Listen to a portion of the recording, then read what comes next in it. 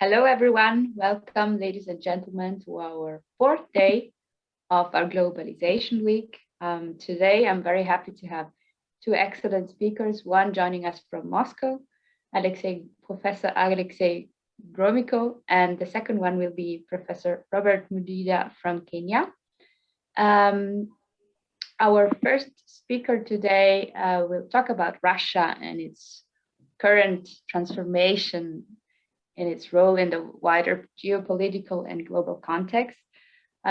Professor Gromyko is a historian and a political scientist. He's the director of the Institute of Europe of the Russian Academy of Sciences, where he is also a professor, a chairman of the Coordination Council of Professors, and a corresponding member. Among others, he's also an honorary professor of Plovdiv University and Free Varna University in Bulgaria, and an honorary doctor of Voronezh State University in Russia. His academic topics include British studies, European integration, European security, and international relations. And among other things, he's also a member of the Research Council for the Minister of Foreign Affairs at the Russian Security Council, and a member of the Task Force on Cooperation in Greater Europe, seeking to foster international cooperation and breaking the legacy of the Cold War. So we are very happy to have you here, Professor Gromyko, and looking forward to your talk about Russia and its role in the current reglobalization phase. So the floor is all yours. Thank you for being here. Thank you very much. Thank you for your kind introduction and for introducing me in such a lengthy manner. I would like to concentrate firstly on certain features of our times,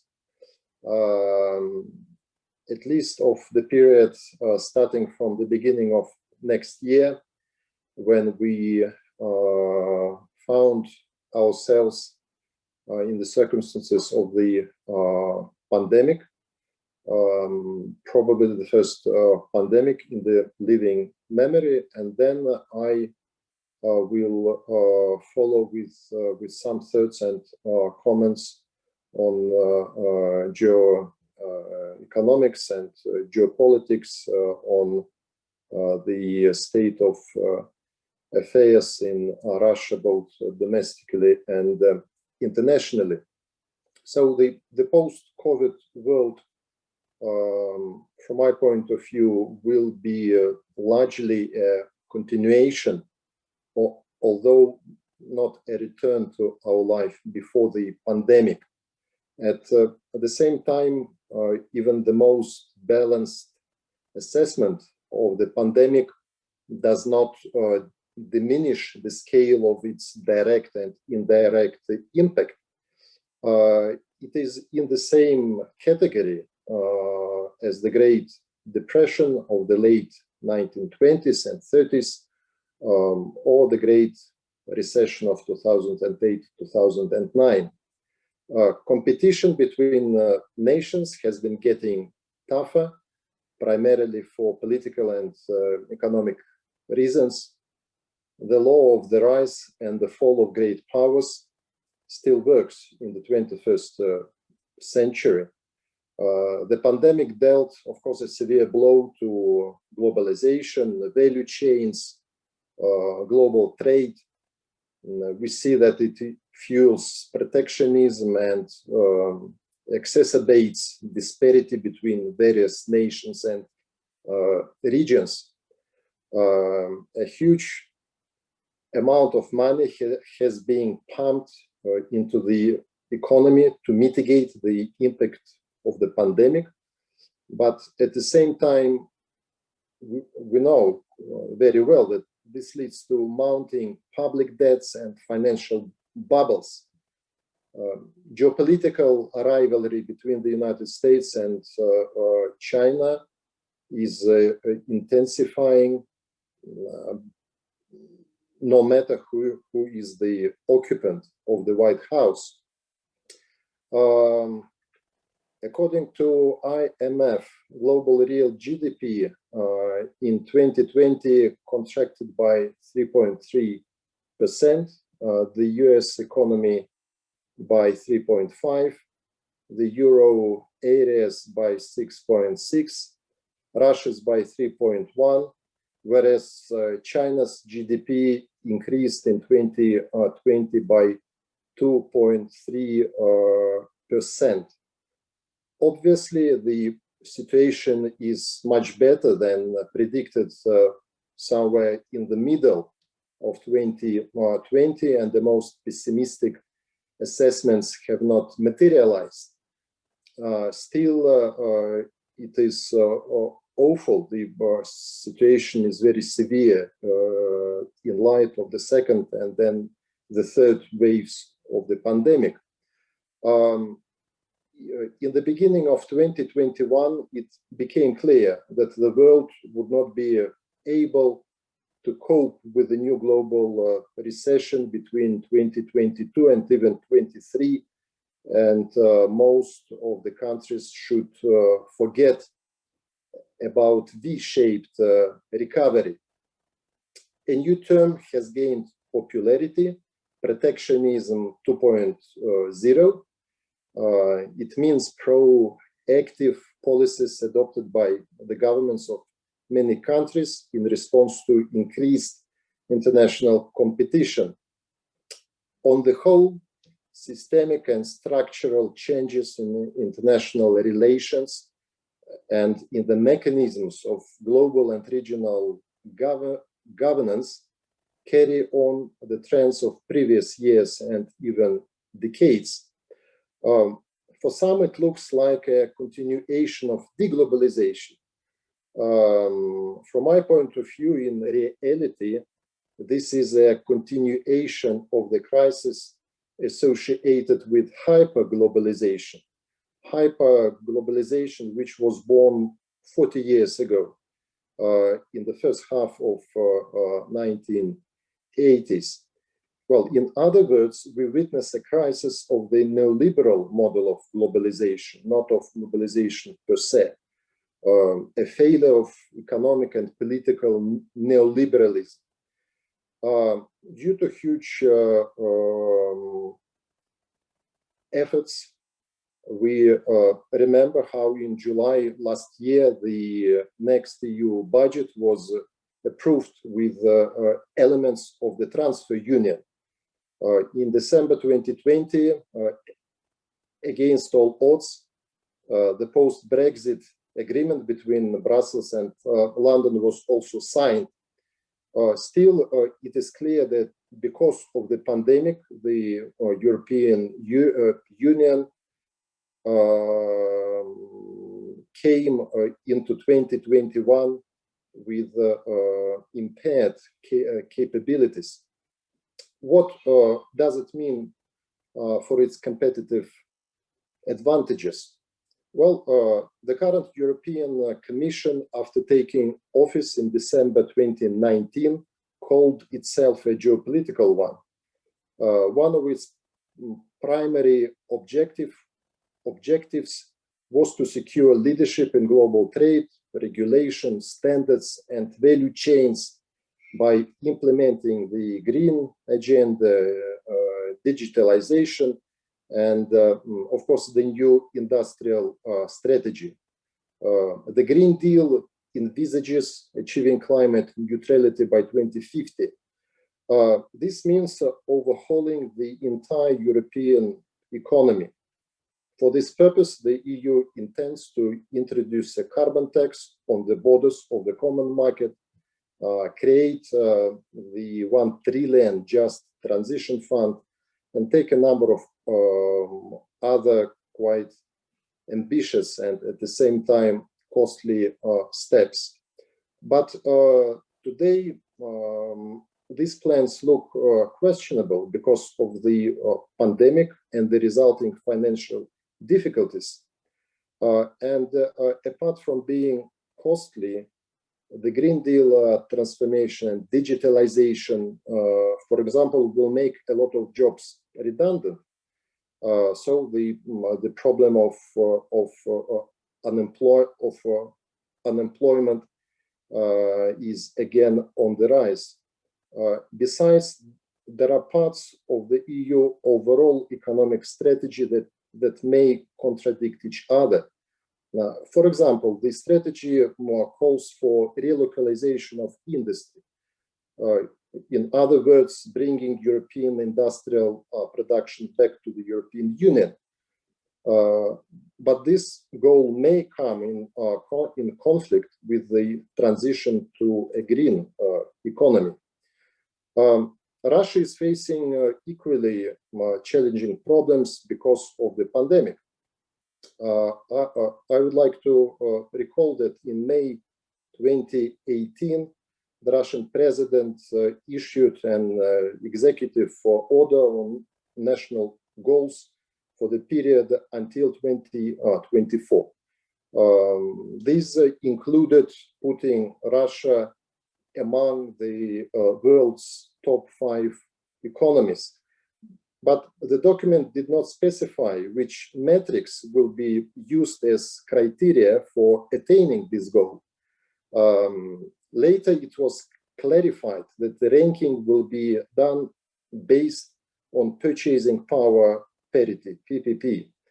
In April 2020, when the IMF released its updated numbers, it turned out that Russia had pulled ahead of Germany by purchasing power parity and was now ranked number 5. But it seems to me that assessing the state of Russia's economy in PPP terms does not seem always to be a perfect method due to the fact that it does not reflect the quality of human capital. For example, real incomes have dropped by at least 8% in Russia since 2013, and social inequality increased over the past decade. For example, nowadays the top 1% wealth share went up in Russia from 22% in 1995 to 43% in 2015. Although the Russian economy shrinked in 2020 less than the Bank of Russia expected, by 3.1% instead of from 4 to 6%, now it is clear that Russia will not recover to pre-crisis levels at least before 2022. Obviously, successful implementation of the national development projects looks questionable today. Russia's leading economists have proposed a number of measures to counter the pandemic and achieve a new level of economic growth. For example, this includes raising the minimum wage and pensions, investing more in human capital, allowing a moderate budget deficit. And of course, for specialists, it is clear that Russia needs a federalist budget structure, a progressive tax system, a radical increase in human capital, investment, a fundamental shift in the way the government treats small and medium-sized businesses, and a ban on the cost trimming programs in science, education, and healthcare. Well, now on the issue of Russia and NATO. Recently, hostility and distrust between the two sides were so intense that the pandemic merely slowed down the escalation of Russia-NATO tensions. I think that even if the alliance response to the US foreign policy strategic shifts and follows Washington in scaling up its activities in Southeast Asia, which, by the way, seems to be happening. This does not mean that dangerous escalation in Europe will automatically diminish.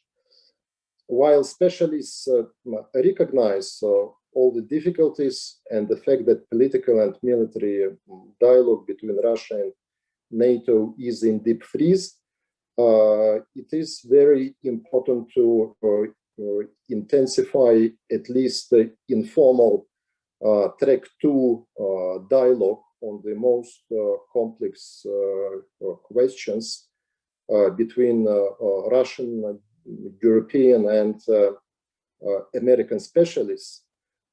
For example, the Institute of Europe and the Institute of US and Canadian Studies of the Russian Academy of Sciences launched in June last year an international dialogue, which produced later in December last year recommendations on NATO-Russian military risk reduction in Europe.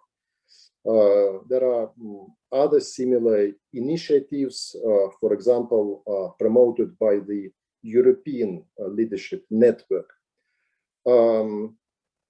It seems to me that a return to cooperation remains unlikely for the foreseeable future.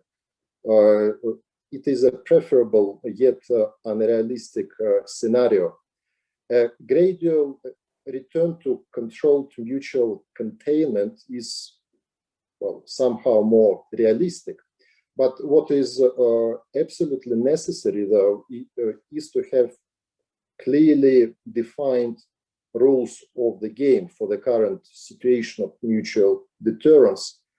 In addition, NATO itself is not in the best shape, and not just because of harm inflicted by Donald Trump or issues with Turkey. Public opinion in member states has undergone significant change. The percentage of people who see NATO favorably has decreased from 2007 from 54 to 42% in Bulgaria, from 73 to 57% in Germany, from 71 to 49% in France. And in the United States, this indicator was never high, and nowadays it is just above 50%. As the opening months of 2021 has demonstrated, the line of consolidation between Washington and its allies on the anti-China platform has been continued by Joseph Biden's administration. And as long ago as in March 2019, the European Union had already declared China its systemic rival. I would say that Brussels, well, is sitting on two chairs. On the one hand, it keeps pushing the agenda of its global strategy, which was publicized in June 2016, with the key, pillar, with the central pillar, the principle of strategic autonomy. But on the other, the European Union is very careful not to provoke the United States by its bid for autonomy in political military matters. Some states decided to use the circumstances of the pandemic to flare up their rhetoric against Russia. For example, last summer, Britain, the United States, and Canada accused Russia of trying to steal COVID-19 vaccine data. The accusation, which is a laughingstock for Russian scientists. But in general, I would say that there are two processes that are running in parallel. Russia and China keep getting closer, including in political military matters. And at the same time, there is a growing tensions between Russia and China on the one hand, and the United States and the European Union on the other. At the same time, we witness that international mechanisms are working less effective, and instead nations tend to rely on regional integration, regional cooperation, national industrial policies, localization, and the offshorization of both economic and political factors. We observe not only strategic decoupling between the United States and its European partners, but in addition, Washington wants to decouple itself economically, especially in the field of technologies from China, from the country which is the biggest world economy by purchasing power parity, at least since 2014. The New START has been extended by Moscow and Washington this year, but at the same time, I think that it will be very difficult to rescue the Open Skies Treaty. The United States has been, very consistent over the past 2 decades in tearing down the architecture of strategic stability, especially during the years of George W. Bush as a president, and then, of course, under Donald Trump. While environmental issues and climate change, by all means, deserve, a lot of attention and urgent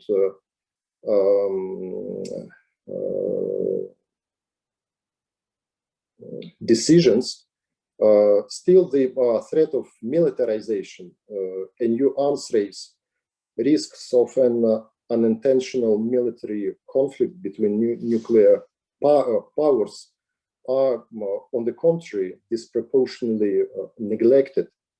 But at the same time, it seems to me that there are opportunities which can be used firstly by all P5 states to approach regional and international problems in a more predictable and transparent way. 2021 will show if there is enough common sense to shift the ground and to neutralize at least the most dangerous effects of the corona crisis. Corona crisis, which is exacerbated by a faulty narrative of a new and inevitable clash of major powers.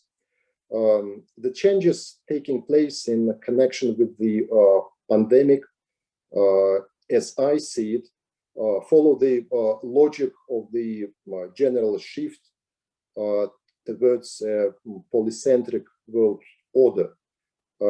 At this point, it is still hard to tell which model of polycentrism will emerge as the dominant one, and what the new hierarchy of countries will look like. But in the conclusion of my talk, just to say that as tensions between various centers of power rise, Russia should try to remain autonomous in global affairs without getting trapped in a false narrative of the so-called new US-China bipolarity. And at the same time, Russia, as a power with global responsibilities, should be very persistent in handling cleverly its differences with the European Union, with the United States, in order to escape an equally false narrative of a new Cold War. Thank you for your attention. Thank you so much, Professor Gromyko, for your very interesting speech and giving us such a nice photograph of the current situation and analysis of your work. We have now 5 minutes for a few questions. There are already a few coming in. And I would start with 2 questions that concern the perception of Russia in the international community. The first question comes from Valeria von Miller, and she asks, in the global community in general, and even in private conversation on world politics, a general mistrust is always noticeable regarding Russia, a feeling of uncertainty and an inability to classify Russia and its policies. How is this mistrust perceived in Russia? And the second question related to that concerns the relations between the EU and Russia.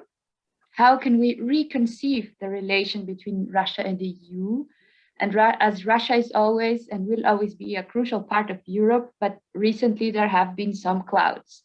How can we get out of the cold weather, so to speak?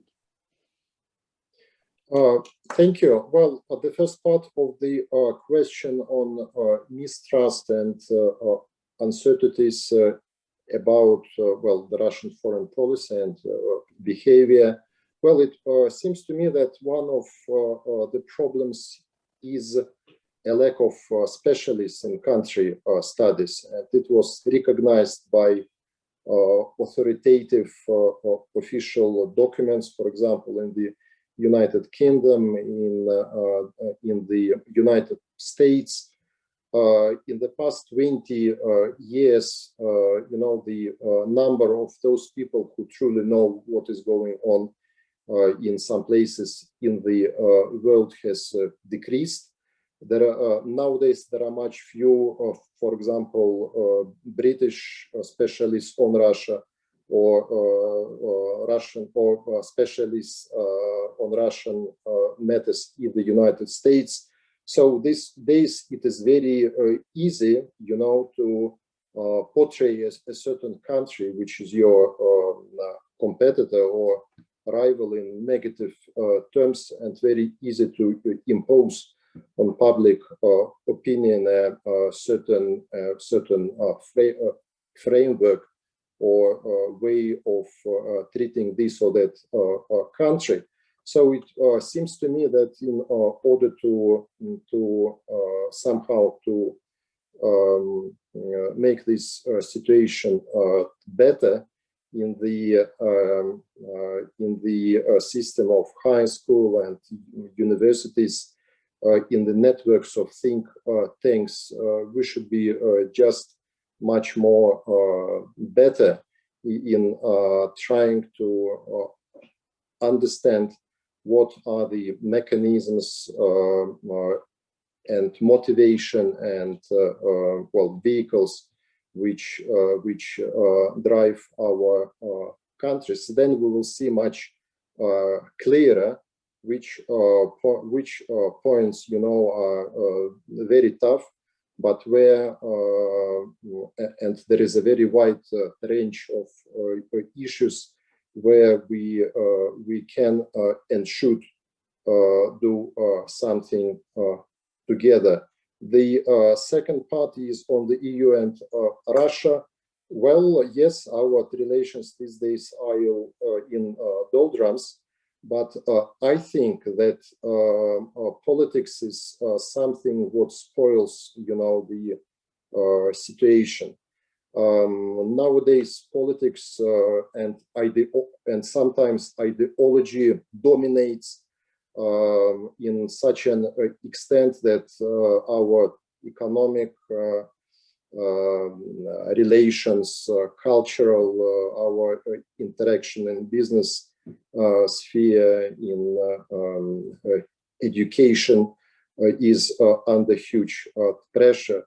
So a bit less politics and a bit more down to earth interests. Yes, thank you so much. And since we are talking about the relation between Russia and the EU, there are a few other questions on this topic, especially for what concerns China. And one question is from Roland Benedicter, who asks, what do you make of the rise of China and its increasing involvement into the Russian belt and Eurasia? And also, what is the influence, or how is China, what will this impact, how will this impact the future also for what concerns the economy? Will it be more natural to look for EU-Russia relations? Thank you. Well, China nowadays is the first or the second biggest world economy, depending on how you gauge, its size. China is turning into one of the most powerful centers in the world. Russia and China are in strategic relations, and if even we would assume that the latest period of escalation in relations between Russia and the United States or the European Union had not happened, still for Russia and China, it is clear that in the 21st century they should be in one boat. China is emerging as one of the leading centers of power in the 21st century, not for the first time. Till the beginning of the 19th century, China, for a very long time, was one of the biggest players on the planet. So there are a lot in strategic thinking in Russia, which makes Moscow sure that China, no matter what, but for the foreseeable future, should become one of the closest partners of Russia. But at the same time, Moscow is very well aware of the asymmetries which are growing between Russia and China, and that is why for Russia it is so important, to modernize its economy, to become much more technologically advanced country, so that in 5 or 10 years we would not find out that Russia is a junior in a certain coalition, which is strategically so important for my country for years to come. Thank you so much, Professor Gromyko. Another question would be the impact of Nord Stream 2 as a catalyst or a hurdle for the improvement of EU-Russia relations. If you want to comment on that, just very briefly before we go on with Professor Mudida, you're very welcome. Sure. Well, Nord Stream, now the conflict is on the second part of Nord Stream. Nord Stream 1 works perfectly for many years. Like the South Stream works very well.